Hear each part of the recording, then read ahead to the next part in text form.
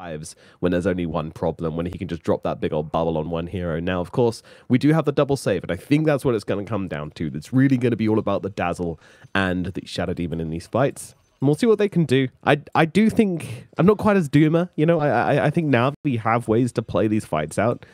And in the late game, I think they have options as well. They've got a Spirit Breaker. This hero scales ridiculous. They've got a Dazzle. This hero scales ridiculously. Like, Dazzle just does ridiculous damage. He's basically becomes a Tinker at some point in the game with right clicks. It's very scary. However, that is going to be like, we're talking like 45 minutes plus, you know, and definitely from the 20 to like the 45-minute mark, which is a long window. It's BetBoom looking scary if they come out of these lanes well. We started the game already with quite a deep smoke. So Na'Vi, they wrapped around the northern side.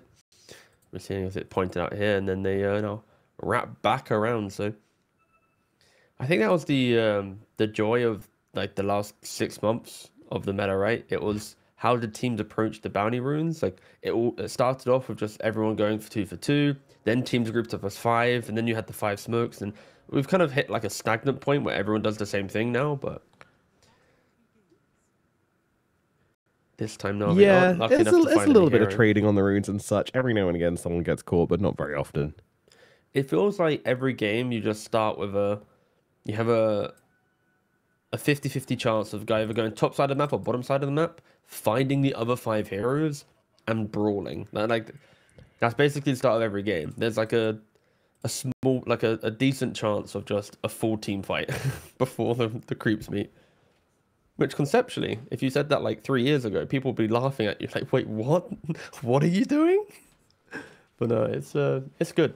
Good way to start the game. It is indeed. It is indeed.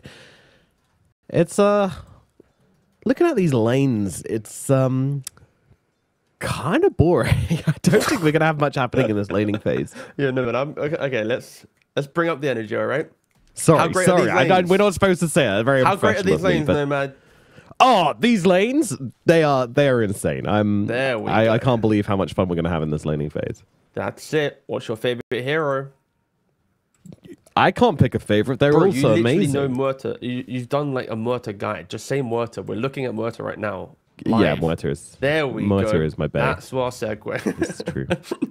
I also play a lot of Tusk as well, so this top lane is my shit. There we go. And right now, they are not doing shit because they're utilizing that tag team plus the right clicks, keeping save to half HP. Yeah. This is what we wanted to see. This is a very cool little combination. Yeah, maybe you do have kill threat here. Ooh, I really wanted to see Shigetsu go for the early point in Gunslinger, you know? I feel like if you have an excuse to skip calling, then you should take it. Oof. Missed shots in top lane. Rough shots at top, yeah. We're looking at bot for a second, and it does feel this is going to be the most static lane of the two. I think if SD steps up too far, there is potential kill threat. With the Ink Swell, with the Time Walk from the Void, you're going to be able to like jump on top of him and get that pressure. And for Nifra, it's just farm as much as you can. You don't really see pulling occurring as much because of blocking up cams, the easy ability to contest them. So so far, Spirit Breaker, very happy with his farm, and I think all of Na'Vi are actually doing pretty well with SCS. First team to get 3 digits on all their cores. Wowee. Oh, GPK's got Phylactery in his quick buy. Thank the Lord, thank the heavens. Oh, you like this? Every time I've casted a game in like the last week, I have at some point in the day said that I was upset at TI because I think Zeus Phylactery was like the tech of TI that could have won teams games if they just bought the item on the hero. But we only saw like 8 Zeus games across TI. Only 3 bought Phylactery, and I think only 2 won. And it's like there wasn't enough people confident enough to give it a try. And like, Harrison, please, we're trying to give this guy a chance. Oh, we didn't want to point it out, but yeah, it is an absolutely abysmal ward in the middle lane. I've not seen it. So I just got there. Sorry, I was looking at Zoo. I was looking at Radiant side of mid, not Dire side. So now I just clocked. Oh god. Ah well. It's less than ideal. It's less than ideal. I'm sure we'll swing across it a little bit later. I mean, he's denying it now. The real question... Oh, he just denied it. There's no more evidence anymore. As it fades into the ground. That is going to be, by the way, as of course in the early game we can talk about random Dota stuff. That's going to be the scary thing about not having the DPC league for some of these teams and players. If you are in teams that aren't performing as well, that ability to roster swap, like there's no rules anymore, right? There's no X points will determine, you know. Yeah. I'm sure what you're trying to say is if you place a bad ward, you're getting kicked. Exactly. Melodron. Focus on the chopping block, my guy. You didn't deny it quick enough. Everybody saw. No, so far it really is everyone just farming up. I think Na'Vi, they are pulling slightly ahead in laning phase, utilizing the combinations that we've mentioned, the survivability of the SD, the aggression of Tusk and Moeta in the top lane. But Malady... Malady and Pure fighting it out right now, and it is going to be Pure who dies first, which means first blood goes to the Moeta. Malady does die soon afterwards, but yeah, I mean, look at who's getting the kills. It's the carry on one side, and it's, well, shared on the other, so big win there for Na'Vi as well. And first blood on the Moeta. Couldn't ask for better. And this is exactly what Na'Vi need, right? They need that cash injection from those early kills. They need to be able to kind of catapult themselves into the early game, because we've already touched on how scary BetBoom's draft is. Once they have a couple items on each core, running into them is going to be so hard. The vision game from Zeus, the team fight from the Phoenix, the Soulbind from Grim, and the Void. So for Na'Vi, they do need to kind of tone up the aggression probably just a little bit more. I think Malady is going to be the key component here. Wherever he goes, there should be kill threat, right? As Pure steps up in lane again, and they are going to try and pressure. Yeah, just a bit more defensive this time. Drop the cooling, doesn't have mana for the dead shot, so back yourself away. Of course, 13 wand is available from Shigetsu, so not as vulnerable as he looks, but yeah, still a little vulnerable. Now, power runes are going to be interesting here. Dazzle is a very strong ganker. If he gets like a haste, if he gets a DD, he can easily get kills. So power rune's pretty important, but it looks like it is going to be the Zeus grabbing up the Arcane. Oh my god, Arcane Zeus. Well, GPK. He's going to be very happy about that one.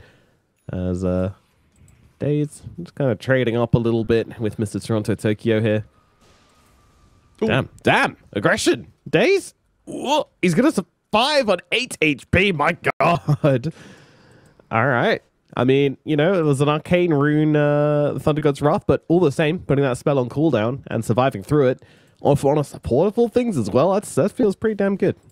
That's very good. To survive like the first Zeus ult, that's often the Zeus ult where you're like telling your sidelanes, guys, I have it, go kill, go find, like, just provide me that free gold. Because for Zeus, the whole game is about kind of how you utilize your mana in laning phase, because you need to go for bottle, ship clarity, sage mask, mana boots, get to that phylactery around about like a minute 11 or 12, and then from there break open the map, and we're going to see a bit of a wisdom rune contest. Wisdom rune fight.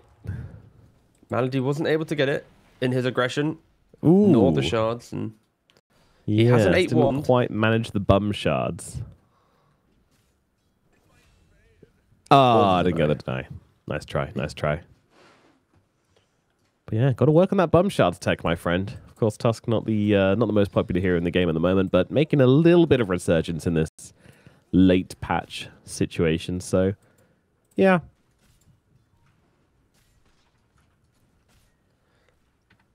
I think if there ever was a game for Spirit Breaker to not go Octarine Core, it's this game. Like Phase Midas Shadowblade, I think is quite a sweet spot for this hero in this game. To mirror with his Dazzle. Yeah. Under a lot of threat top. Yeah. Dude, these situations where you have to land the dead shot can be so scary. Like when you're playing against like a Centaur, like a Primal or something, Primal's the worst. When he's charging at you, you have to land that dead shot, otherwise you're just dead. It's like, ooh, it's scary. It's sweaty times. I mean, it's Valve's favorite new mechanic, right? Vector targeting. Oh yeah, they love it. I love it too. When you have it on quick cast, it's like the most satisfying thing. Ooh. Yeah, this top lane seems to be soon unplayable for Na'Vi due to the numbers advantage from BetBoom, right? Tusk shows himself for a second and he's to go down. The tower just... Oh. Give him a second. He'll go down in a second. Make him sweat for it. There we go. Yeah, take his ranger up. That's right. Hashtag worth. Whoa, Melojul. He's in the house. I don't think he's going to be getting any kills here. Stampede's available, so they'll back themselves away. I mean, sure, you keep the tower alive at 119 HP. Good for now, but I don't think that tower is staying alive much longer. But Melojul'll stay around here. And Pure knows it.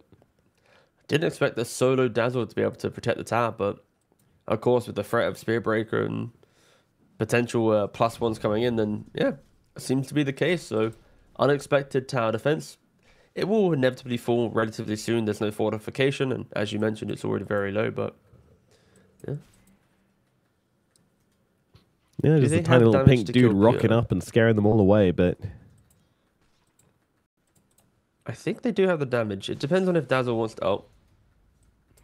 Oh, the second attempt of killing SD with ult. No way he lives again. No way he lives again. Oh, days. The young prodigy from Na'Vi. He's having good times this game, that's for sure. I mean, Raindrop's kids. Delight. Yeah. Buy them. I was about to say, like, this, if there ever was a time to buy Raindrop, it's against Zeus. 1, 2, 3, 4 raindrop holders. Melody, sort it out. Whole team's got raindrops except for you. Come on. Save. Just gonna sunray his way over some trees here.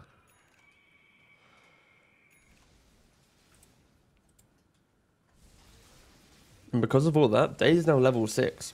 He didn't die from the first Zeus ult. He got to farm mid whilst Dazzle was fighting top, and we'll see how he's able to utilize that. 3 points in poison. Kind of like mirroring Zeus gameplay right now. Zeus farms jungle, SD farms jungle. Oh, Chronosphere in the bottom lane. Looking for the kill on 2. Oh, it is enough. Toronto Tokyo kills him with the Phantom's Embrace. And a right click. They'll bring down Nefrit.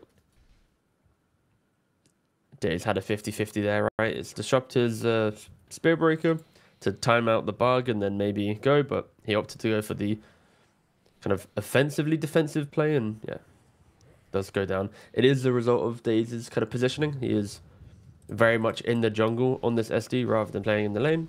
But at the 10-11 minute mark, you can somewhat expect that from your supports.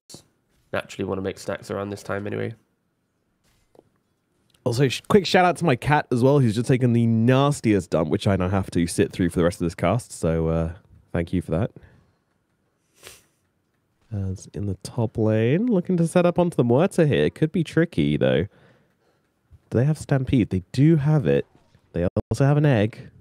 They also have a Soulbind, so all spells up and available. And it looks like they managed to find the entry point onto Shigetsu here. No TPs coming in for this one just yet, as they are just going to be able to take down the Muerta. Zeus on top of it as well. Yeah, snowballs there, but what's it really going to do?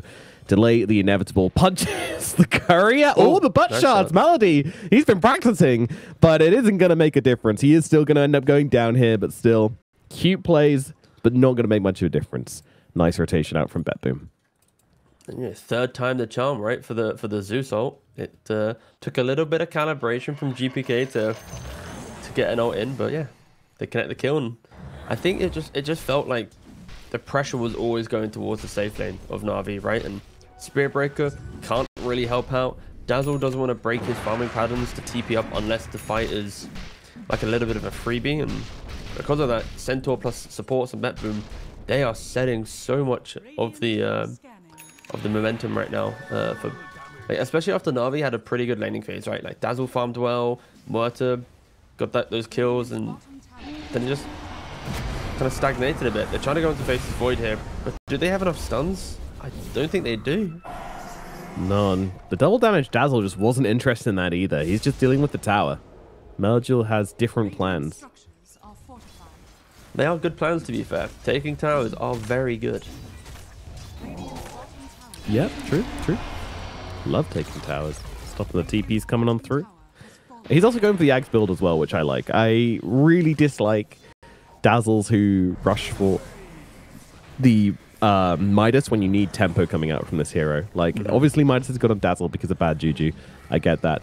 But some games you just can't be that greedy. And Axe is so good. So to help Shadow Wave. So the Ags, it buffs up your heal. So it also targets on the allies as well. It also increases the amount it does, and it also applies a right click from Dazzle. So there's like a lot of little bits and bobs within the Ags. But once you stack it all up with a couple melee heroes being aggressive, if BetBoom are clumped up, like it becomes a lot to have to manage with in a team fight. And yeah, because of it, rushing it is very, very powerful. It does so much as well, and on the icing on the cake as well is that this guy's a universal hero. So Aghanims also gives you a ton of damage to work with, which obviously when you're firing out right clicks with those shadow waves is just add to it. Nigel, he's in some trouble here. Egg, Chronosphere coming down onto the Dazzle. Shadow Demon though, he's in the neighborhood. He's gonna go for the save here. Has he timed it correctly? Looks like he has, but Dazzle doesn't get off the grave in time. Goes down to GPK's Thunder God's Wrath, and now Maldi's also gonna meet the same fate. Shigetsu trying to find some aggression in the side here, but can't commit to the fight, and it is just gonna be a kill going the way of BetBoom. And they get the return kill onto save at the very least. Nefrit rotates in and grabs that one, but oh, it looked like the Dazzle had a chance to drop the Shallow Grave there, but to be honest with you, it's level 1 still even, so even if he does throw it down, he's probably still dead, but still GPK very, very quick off the mark with the Thunder Gods. Yeah, it's worse that he had to, like, in animation of Grave, it's like, oh, no, he's dead now. I think for BetBoom, after the first 5 minutes, all of Na'Vi's cores were top net worth, and then as the kind of games progressed, they're just a little bit more efficient on farm, right? Void's been able to just AFK bot lane with no pressure. Pure's been able to have assistance top with supports to find kills. Zeus found a couple ult kills, right? They are trying to dive. They're trying to increase the pace of the game on the side of Na'Vi. Yeah, they're trying to make some plays, but unfortunately it's on to Toronto Tokyo, which just doesn't feel that value. So Maldi is going to be traded for this. Already a neutral trade going the way of BetBoom, but the damage coming through onto Pure is pretty significant. They need a bit more, though. They're not going to find it. Melajul, he's just taking so much damage from that Blade Mail at the moment, and he's just getting blasted by Zeus on the sidelines there. Phylactery going to work. There comes a Grave out onto Daze, but how much is it really going to matter? The answer is not at all. GPK brings him down and even looking for more here, just pumping them bottle charges, pumping out that magic damage. Lightning Bolt even landing on Shigetsu there, but not finishing the job. The Muerta will get away, but yeah, I mean, that's the thing. Like, that's the difference between these teams as well. BetBoom go for plays, and they're looking for a core every time. They know exactly the target they want to bring down. They have a plan on how to do it, and, you know, they don't always achieve it, but when they do, it looks great. Na'Vi, meanwhile, they're just kind of running it the side of BetBoom. I'm not sure they were even trying to get anyone in particular there. And down the bottom side, they're going to be able to pick up a kill onto Nefrit. He charged in and died to... He was half HP in charge. Okay, sure, he's dead. Yeah, it does feel like Na'Vi are victim to their draft right now and how they are playing, right? Like, there isn't that simple multi-hero kill ability, right? Like, Spiritbreaker needs to charge in, Muerta needs to click that single hero, Tusk can punch that single hero, SD can ult that single hero, right? Like, everyone's very single targeted. So when you see something, it's more, how quickly can we kill him? And then hope that BetBoom don't react quick enough. And of course, at the 15-minute mark, when your mid-tier 1's tower is still alive, it's quite an accessible area of the map for BetBoom to make these plays. And also Stampede, we haven't mentioned how valued this is. Even if you initiate, unless you use like all your control lockdown in order, the Stampede will be able to just destroy that aggression once again. Like, what you got: Snowball, Punch, Charge, Never Strike, and Deadshot. They're like the big spells to contain a fight, right? And yeah, I think the value of Centaur is shining through. Na'Vi down 4k, 18 minutes. The ones that need to be the aggressors are the ones who are slowly falling behind in both kills and net worth.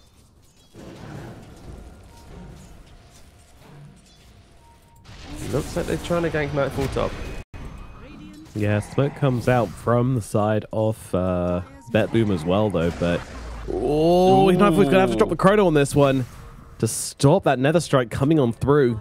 Very nicely done, honestly, from the Faceless Void. Like, when you see the Spirit Breaker that vertically raised and his belly showing, you know you're about to get ultimated. Like, that was... Whew. It's close.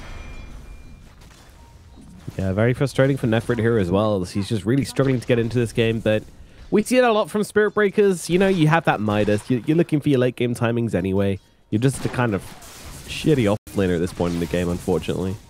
Oh, Shigetsu surely knows what's okay. So BetBoom, they fortified the wave, which kind of gave Muerta a little bit of an inclination of, wait a second, why are they forwarding this wave? Stay here. Yeah. Yeah, we haven't really mentioned it. Zeus, after the flat, we went for the 8th lens.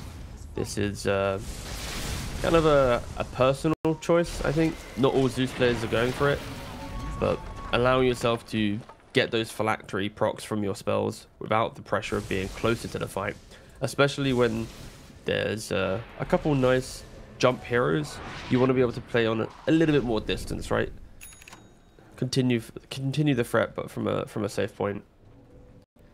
He'll go for Kaya as well to round out the build. And in Nightfall, he's just had such a free game, right? 10,000 net worth, the first player in the game to, eclipse 5 digits. He's going to be rushing the Lincolns to be able to prevent the Spirit Ray from charging him freely. Even stop the Shadow Demon from disrupting him during the Chronos. Of course, you can disrupt your allies, but if it's a multi-hero Chrono, you can't disrupt everyone. Yeah, that play at top was the first real pressure they've tried to put on Nightfall in the entire game, and it wasn't successful, so he's going to continue doing what he wants. So, meanwhile, kicking up Maldi a little bit, but yeah, both teams seeming confident in their late game timings. I think Na'Vi just haven't really been able to put the plays together that they were looking for, so they're kind of happy to rock back a little bit and just wait for the late game. When you say confident, I feel like BetBoom are confident in their late game, and I think Na'Vi are lost in the moment. It looks like they're confident because like they're farming, they're not making big moves, but I think like subconsciously they're like, wait a second, the game isn't hitting our stride, and it feels like they are going to be farming for like that one team fight. If they win the team fight, then they can play around the cooldowns, right? But if they miss it, I think this game just slowly slips away from them. And we'll see what time Na'Vi want to try and make that single moment. They are double blinks in the supports. BKBs down the line for Dazzle. I would argue. Yeah, those are really BKBs important. on all cores. Yeah, like if you look at Muerta, Dazzle, Spirit Breaker right now, all three have BKB in their quick buy.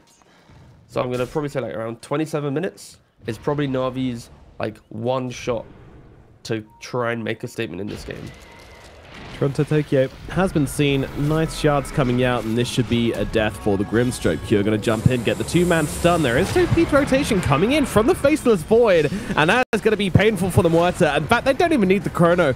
So that Nightfall's just going to come across and finish the job with a big old blonk to the back of their head, and they're going to take down Maldi as well. They thought it was a freebie onto the Grimstroke, but taking a fight right next to that outpost TP point like that is always going to be brutal if you can't finish it quick. And especially when it's... Oh, God, yeah. Not what Na'Vi needed. We just spoke about like this need to farm, to wait, and then bam, you suddenly lose your Muerta plus Tusk. Not the one. Also difficult for Muerta to ever make a turnaround play against a Centaur, right? With the passive of Blade Mail, if he was to activate it as well.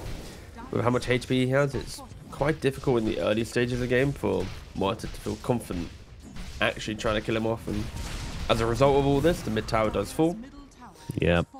Nightfall has the Lincolns, and yeah, the game continues to just slowly go the way the BetBooms. It's just very methodical Dota that you expect to see from this team. Daze does finish his Blink Dagger, which is going to give you a form of save for the Chronosphere. Definitely a nice pickup for the Shadow Demon. Melojul, meanwhile, oh, they're doing the courier thing. Cute. I love this. Yeah, there you go. And boop. I love this. That's very good. Especially when you can get this coordinated in like a pub. It feels so good. I've never tried. I tried once and people were like, why? And I'm like, because Shadow Wave bounces between it. They're like, oh, but is that going to work? You're going to die. No, but I've got Shallow Grave. Oh, but it's going to take you ages. No, it's pretty quick. And it's just like, quick, I can't be bothered. Like, I've got better things to do with my time. But no, I love the fact that Shadow Wave still hits couriers. Like, I remember seeing like super old VODs of like Dazzle players who would have their couriers jungling with them and stuff like this. Yeah, like, like there's been like the evolution of like, what does Dazzle do with the courier? It's like a friendship that goes back so many years. And No, I do like that they haven't removed that from the game yet. You never know. Again, congratulations, guys. We do have a patch announcement. It will be on the 20th of this month. It will be a letter patch. 3 days time. 7.34E, guys. Okay, so stop thinking there's going to be Arcanas. It's a literal letter patch. That means tweaks and buffs and fun things in the current state. They're not ready for this. On the side of BetBoom, they were going for the Tormentor. Na'Vi make a fantastic read here, and now they get themselves an Aegis on the Muerta. This is pretty significant. I mean, playing into the Void, having that Aegis in your pocket is a huge boon for Shigetsu. Yeah, especially timing it around the moment that BetBoom are doing their Tormentor, right? Like, it is probably like the one opportunity for them to get it with peace, and instantly BetBoom like, wait a second, you can't get an Aegis from farm. Instantly jumping onto Nefer at top. Yeah, he has the BKB coming out. For Na'Vi, I think they should be very happy they got this Aegis, but don't get too excited and throw yourself into a vulnerable position right now. Like, they are still susceptible to getting completely wiped from the game. As I think BetBoom, they know that, right? They're smoked. I mean, we got a BKB coming out for the Spirit Breaker. Melodule, he's just 100 gold away from his own BKB as well. They have a lot of options. They have a lot of stuff coming up for them right now. Daze, he should be happy if he just tanks this gang, but Maldi, get yourself away. Does do exactly that. It's a little scary how quickly Pure's just killing people right now. Maldi's going to have to snowball this one out. Nefrit comes in, goes for the ulti. I mean, they're looking to commit to this one. They've been bound together, but the BKB is there from Nefrit. Chronosphere comes out onto him, but Melodule, he's just sitting nearby. As is Daze, they've got two forms of save. Shigetsu looking like he is going to go down for his first life here, but it doesn't matter too much. As whoop, there we go. In comes the Thunder Gods, and down goes the Aegis. Still pretty damn good from BetBoom, honestly. It was a nice try from the side of Na'Vi, but BetBoom are just very, very disciplined. They don't overplay their hand, and they just end up getting a whole bunch of stuff for free. Yeah, it's just the play around Centaur show, right? Like, Centaur gets buffed up, he initiates, and then BetBoom, they just throw their spells from behind this wall. And even when he gets put to half HP, he has that BKB. So, yeah, I think for BetBoom, yes, you lost the Aegis. Quite a nice read from Na'Vi, but they see through it. They're like, what? This shouldn't deter our logic of the game. And yeah, it's these type of calls that allow them just to further their lead. And they have an 8,000 gold lead. How, like, I feel like for Na'Vi, they kind of need to break it to chrono poorly with Time Walk on cooldown, and then you just swarm and get the kill. And then from there, maybe the fight looks a little bit better, but Na'Vi have just been unsuccessful in the kill department. They only have 3 kills to their name, and they all were pretty much during laning phase. I mean, to be fair, wasn't that fight exactly what you said? Like, he chronoed poorly. Not purely. But the chrono wasn't good. It was on Nefrit, didn't kill him, and there was a Dazzle just healing him up and ready to jump in with the Grave on the sidelines as well. Nefrit, that is brave. Gonna be forced to pop the BKB here. Has TP scroll if he wants to use it, but it's just looking for the charge. Yeah. Oh, they might punish for this, so they have the Yules. Tusk is here from the high ground, and Melodule in the neighborhood as well. BKB forced out from Nightfall. Nightfall silenced up, but does have the Time Walk now available. Can get himself to safety. Linken's helping him out there a lot. Shigetsu in the neighborhood as well. Na'Vi ready to fight this one. In goes the Spirit Breaker once again, and they are going to leave Toronto Tokyo for dead this time around. Okay, okay. That's the thing, like, the lack of catch on Na'Vi just means they don't get these high-value targets ever. It's so hard for them to get a kill, right? It's like, especially with the Lincolns in play, and I think for BetBoom, the way that they disengaged there was, you know, very impressive. Like, it looked like an opportunity. It's like, okay, maybe they could kite it back and then poke, but Centaur from mid, as he was running top, was like, guys, I am not bothering this fight. Like, they're running at us. Dazzle's behind this wall. We're never going to find him. Just don't. So then you see BetBoom kind of scurry away from that fight. They don't bother trying. Zeus also didn't really have mana, so yeah, just nice communication across the board there so that you didn't have this weird split fight. And yeah, Na'Vi hoping to find a little bit more, right? Like, killing supports at this point in the game, like you said, it doesn't feel great. Very meh. And this Yules is just so good from Phoenix. Like, save, he went for Midas into then straight Yules. He's diving in, he's punishing Spirit Breaker. Of course, you can dispel the borders, so it's very useful. Get rid of that status resistance. Someone just BKB'd. BKB alert. Melajor. Uh-oh. He's BKB. Well, he's a dazzle. He can reduce the cooldown, right? Cope. I was having flashbacks to the ward. That's all I was doing. Yeah, yeah. I mean, it's early, right? Ooh, middle lane, Malagil. Gotta be a little careful here. Oh, they don't want him. BetBoom holding back for the time being. Well, Malady jumping in on GPK here. I mean, he doesn't have the heavenly jump, but he does have a truckload of damage to throw at the Tusk. Tusk doesn't seem to have any help for this engagement. Look at the heals coming out onto him. My God, he's full HP. All of a sudden, they have brought down GPK. Nefrit's in. He finds it. Chronosphere. It's out onto Nefrit. No one's here to save him from this right now, but at the same time, Nightfall doesn't quite have the damage to finish the job. Nefrit gonna get up to the high ground. Meanwhile, Shigetsu just taking chunks out of Pure on the side. He's got to be careful that that blade mail is scary with the BKB. Doesn't matter. Nefrit does eventually fall, but as does Pure. Na'Vi, it's been a long time, but I think we can say that they did all right in that engagement. That was a stellar engagement, right? Like, the fact that they kill off the Zeus, it doesn't look like the cleanest form of initiation, right? Because the Zeus is able to kind of disengage a little bit, but then in the grand scheme of it, the Spirit Breaker continued to follow in after. The fact that Na'Vi just don't let down from that. Yeah, BetBoom, they a little bit kind of spread on how they utilize their spells, especially when Zeus, which is a big component of your damage, dies. You've got a Chrono on one side, the Egg on the other. Nothing was really in sync, so impressive for Na'Vi to find these kills.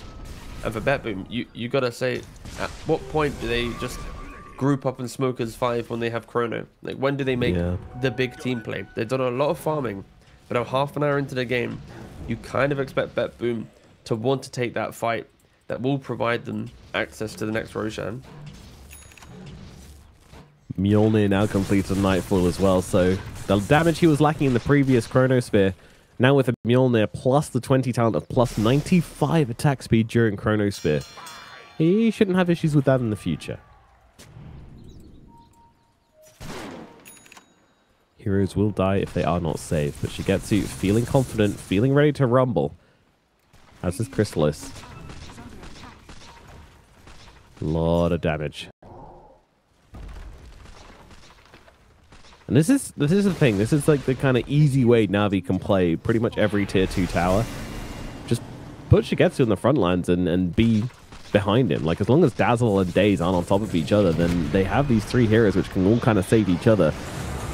Breaker jumps in, BKB out. They're going to be able to blow up Toronto Tokyo straight off the bat. He does buy back into this one. The Egg very defensively on the high ground. Malady just trying to get out of this. Melajul's going to keep on throwing heals his way, and that'll keep him nice and safe. Shigetsu, though, taking some pretty heavy hits there. In comes the cleanse out from Daze. Daze very far forward on the front lines. Has the Blink Dagger, doesn't use it, though. Gets stunned up by Pure, and looking like he might drop the Melajul's there once again, and there comes the Chrono Spear just as the BKB Pierce the Veil comes out from the Muerta. That's not what you want to see. Shigetsu won't be able to get off his damage in this fight. And oh my God, just getting absolutely popped. It's a snowball save. Going to come through, but it's dragging Muerta out of position into the Zeus. And down they will both go. The Tusk and the Muerta are gone, as Save does get killed off by Malagil on the sidelines here, but Malagil's days are numbered. He's trying to fight up, trying to do anything he can to salvage this nasty situation, but there is nothing to be done. He will die, leaving Nefrit as the only survivor on the side of Na'Vi.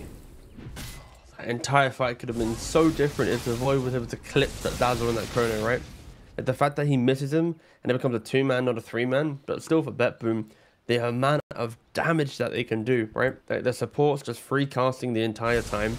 Toronto Tokyo, he did have to buy back to get into that fight. And you can just see, look at Zeus's damage. Well, don't worry, you saw it previously, but it's still like Na'Vi. Like, when you look at their heroes, it's like they need to stand still and get the clicks off. And then when you have Centaur jumping in and out, Void jumping in and out, even if they do eventually go down, it's just a time bought for GPK to shine. And I think Na'Vi in future fights, they're going to have to try and go, okay, we need to survive the Chrono, but we need to jump the Zeus, and then maybe they can process the fight in a better way. And I think Tusk Aghanims is probably going to be the kind of the saving grace in that scenario, especially when you're struggling to find heroes. That is also the value of this hero, and he did go for the Midas, right? Like, he's trying to secure his own game.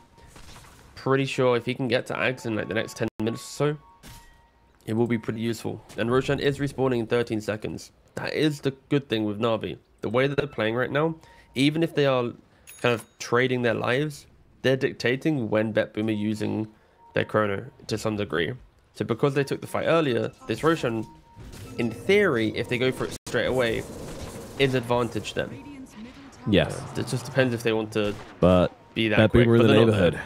Yeah. They're very in the neighborhood. Chrono is up in though. 8 seconds now, so it's not the best timing. Yeah. Oh no, it's up in like 4 seconds. I don't think they timed it this perfectly. Ooh. Wait, Nightfall. He's not aware. Oh, Thunder Gods comes out though. He saw it. Surely he saw it, right? He didn't? Unaware? What the? All right. Well, they kill off Toronto Tokyo instead. Chronosphere comes out just onto the Spirit Breaker, and they'll kill him off. But gifted. A lovely juicy wild. Aegis for free on the side of Na'Vi. I think they just were looking for kills so hard that they weren't even thinking about looking in the pit. Even though the Thunder Gods comes down, no one calls for it. And Na'Vi just get to pocket this free Aegis. That is.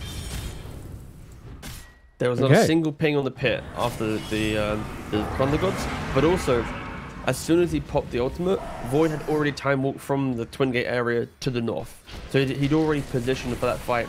So you'd assume that his camera was looking kind of down the lane. So yeah, very much a weird scenario of free Roshan. Yeah, I mean...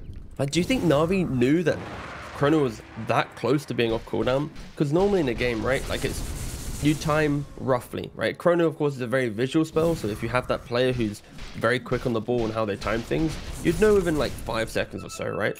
So Na'Vi should have known the window of Chrono was online, but they still go for it. That is, I gotta say, very gutsy and a little bit of luck. Like Dota is a combination of the two, right? And hey man, that's the communication. There's no way they're going for Roshan when we've got Chronosphere off cooldown. Yeah. Don't even bother checking it. Don't even look in that direction. And now Shigetsu has the Silver Edge. Of course, against Zeus, it's not going to be the best due to the true sight abilities of Zeus, but the positioning is key. If you can navigate your way through the fight, find that kind of perfect position to then get that Pierce of the Veil, it is going to give Na'Vi a little bit of confidence. Chrono is up in 30 seconds. And also, Nefrit hates being used so much that he actually built a Lincoln Sphere on the Spirit Breaker. That's funny. It's very good. I'm surprised he hasn't gone for the Shard as well. Like, I understand the value of Lincolns and stuff, but just a casual Shard with planar pocket. No, dude, 75% magic resistance against a Zeus? Yeah. Come on, guy. Okay, that was a nice attempt, by the way, from the Spirit Breaker. He was going to try and charge the creep wave to then get the AoE bash, which would then lay enough time to get Lincoln's pop into ultimate. It didn't occur because he jumped out. I like the attempt. Yeah. Radiant's top tower is under attack. Radiant structures are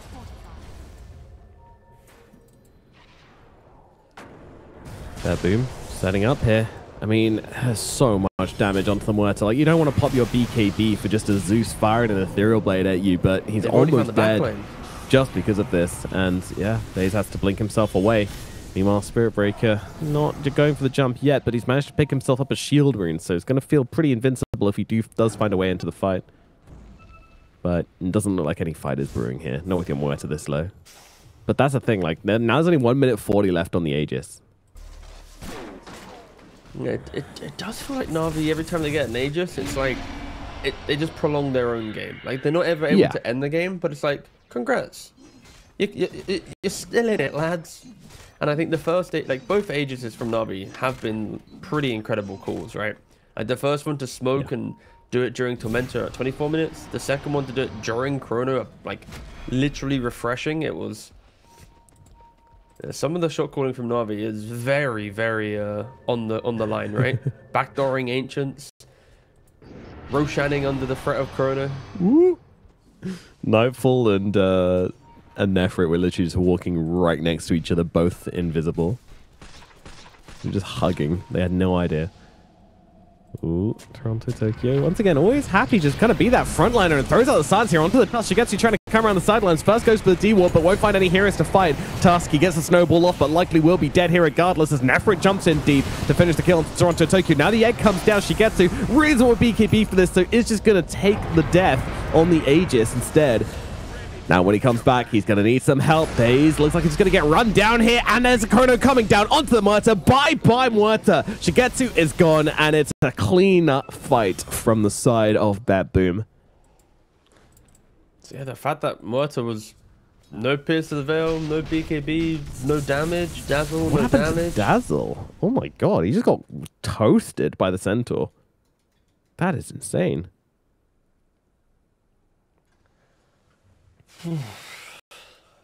I mean, that's the issue, right? Like, you need more from your Dazzle. You need more than this, but he gets lightning bolted. It's He not gets a very good position to stunned. fight, right? Like, Yeah, it was pretty awful. they're kind of in like a high ground, low ground area. They did have a high ground vision the entire time, so advantage there. But Spirit Breaker cut through the middle. BetBoom was already kind of clustered enough to be able to cover each other.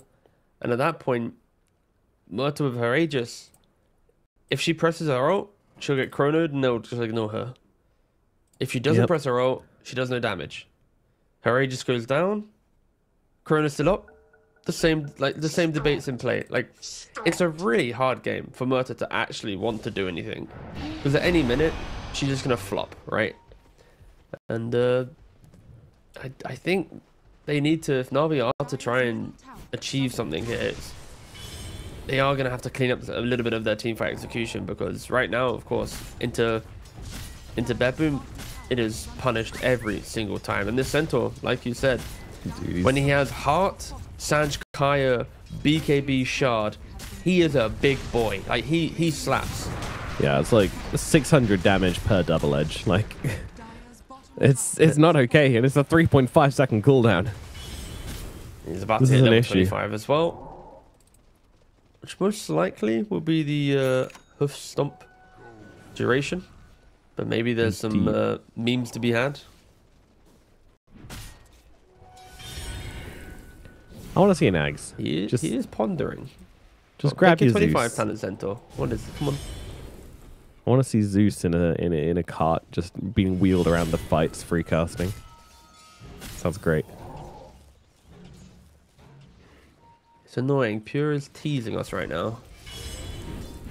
Come on. Pick your talent now. It's got to be Who's Tom Stop duration, right? There's no way. trying to it's- convince. Yeah, I stop trying to mean- convince your team about the aura. Don't worry, guys. Myrtle will Well, click us all. you are I playing mean, against Muerta. It's a that's lot what I of was clicks. thinking. It's a If lot there of ever was a uncontrollable time- damage. if there ever was a time to do it, maybe it's now. When you get the Retaliate Aura, is it Centaur's strength or is it each hero's individual strength? I believe it's each hero's. That's not as good. Some people do it. Like against Murta, some people do the right talent. You teased us for so long. Yep. Trying to make What us... can you do? I mean, that's the joy of the talent. I mean, he was probably convincing it. He was like, they had like a little formal meeting, right? Dear Toronto, Tokyo, I, Pure, would like to put in my formal request to go for I Retaliate object. Aura.